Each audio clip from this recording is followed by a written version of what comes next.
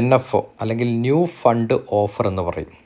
നമ്മുടെ asset plus അപ്ലിക്കേഷൻസിൽ പോയി കഴിഞ്ഞാൽ ന്യൂ ഫണ്ട് ഓഫർ എന്ന് പറഞ്ഞിട്ടുള്ള ഈ ഒരു സെക്ഷൻ നിങ്ങൾക്ക് കാണാൻ പറ്റും. ഈ സെക്ഷനിൽ നമ്മൾ ക്ലിക്ക് ചെയ്ത് കഴിഞ്ഞാൽ നമ്മൾ ഉള്ളിലോട്ട് പോകും. ഇതെല്ലാം തന്നെ ഇപ്പോൾ അവൈലബിൾ ആയിട്ടുള്ള ഫണ്ടുകളാണ്. ഇതിൽ നമ്മൾ സെലക്ട് ചെയ്യുന്നത്, എല്ലാ ഫണ്ടും നമ്മൾ സെലക്ട് ചെയ്യുന്നില്ല, നമുക്ക് ഏറ്റവും ഒരു റിസ്ക് കമ്പാരിറ്റീവ്ലി കുറഞ്ഞ് ഹൈ റിസ്ക് അല്ലാത്ത ഒരു മോഡറേറ്റ്ലി റിസ്ക് ഉള്ള ഒരു ഫണ്ടാണ് SBIയുടെ നിഫ്റ്റി 200 ക്വാളിറ്റി 30 ഇൻഡെക്സ് ഫണ്ട് എന്ന് പറഞ്ഞു കഴിഞ്ഞാൽ. ഈ ഫണ്ടിൻ്റെ പ്രത്യേകത എന്താണ്? നമുക്കറിയാം, നിഫ്റ്റിയിലുള്ള ആദ്യത്തെ 100 കമ്പനീസ്, അതായത് നിഫ്റ്റി 50 എന്ന് പറയുന്നത് 1050 കമ്പനി, അത് കഴിഞ്ഞിട്ടുള്ള 50 കമ്പനികളും ചേർന്ന്, അതായത് നിഫ്റ്റി നെക്സ്റ്റ് 50 എന്ന് പറയും. അതാണ് ആദ്യത്തെ 100 കമ്പനികൾ, ലാർജ് ക്യാപ് കമ്പനികളാണ്.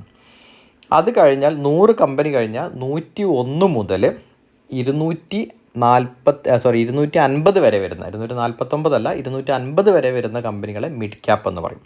അപ്പോൾ ലാർജ് ക്യാപ്പിൽ വരുന്ന 100 കമ്പനികളും മിഡ് ക്യാപ്പിൽ വരുന്ന 100 കമ്പനികളും ചേർന്ന് മൊത്തം 200 കമ്പനി. ആ 200 കമ്പനികളിൽ നിന്ന് ക്വാളിറ്റിയുള്ള 30 കമ്പനികളിൽ ഇൻവെസ്റ്റ് ചെയ്യുന്ന ഫണ്ടാണ് SBI Nifty 200 quality 30 index fund എന്ന് പറഞ്ഞാൽ. ഇതിൻ്റെ NFO ഈ വരുന്ന മെയ് 29 ക്ലോസ് ചെയ്യും. കറക്റ്റായിട്ട് പറഞ്ഞ് ഇന്ന് തൊട്ട് 4 ദിവസമാണ് ഇനി ഈ ഫണ്ട് ഉള്ളത്. നമുക്കിതിൻ്റെ ഡീറ്റെയിൽസ് ഒന്ന് നോക്കാം. ഇതിൽ നമ്മൾ SIP ആയിട്ടാണ് നമ്മൾ ചെയ്യുന്നതെങ്കിൽ നമുക്ക് 500 രൂപ തൊട്ട് നമുക്ക് മിനിമം SIP ചെയ്യാൻ പറ്റും. അതാണ് SIP എമൗണ്ട് എന്ന് പറഞ്ഞു കഴിഞ്ഞാൽ. ഇനി നമ്മൾ വൺ ടൈം ആയിട്ടാണ് നമ്മൾ ചെയ്യുന്നതെങ്കിൽ, നമ്മൾ SIP ഇല്ല, ഒറ്റ തവണ ചെയ്യുന്നു, നമ്മളത് വിടുന്നു, അങ്ങനെയാണെങ്കിൽ നമുക്ക് 5000 രൂപയാണ് അതിൽ ഇൻവെസ്റ്റ് ചെയ്യാൻ പറ്റുന്ന എമൗണ്ട് എന്ന് പറഞ്ഞു കഴിഞ്ഞാൽ.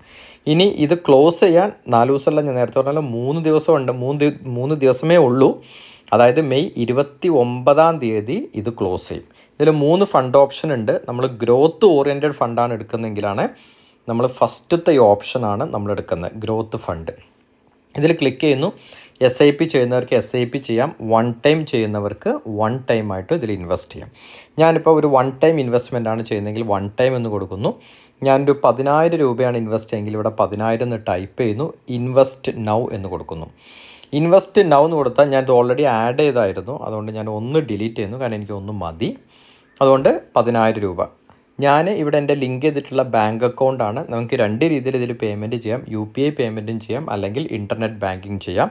ഏതാണ് ആ ഓപ്ഷൻ എന്നുള്ളത് നമുക്ക് നമ്മുടെ ഇഷ്ടത്തിനനുസരിച്ചിട്ട് ചൂസ് ചെയ്തിട്ട് പേ നൗ എന്ന് കൊടുത്തു കഴിഞ്ഞാൽ, ഇപ്പോൾ ഞാൻ ഗൂഗിൾ പേ ചൂസ് ചെയ്ത് കഴിഞ്ഞാൽ ഗൂഗിൾ പേയിലോട്ട് UPI ID കൊടുത്തിട്ട് പേ നൗ കൊടുത്താൽ ഗൂഗിൾ പേയിൽ പോയിട്ട് ഒതൻറ്റിക്കേറ്റ് ചെയ്യേണ്ടി വരും.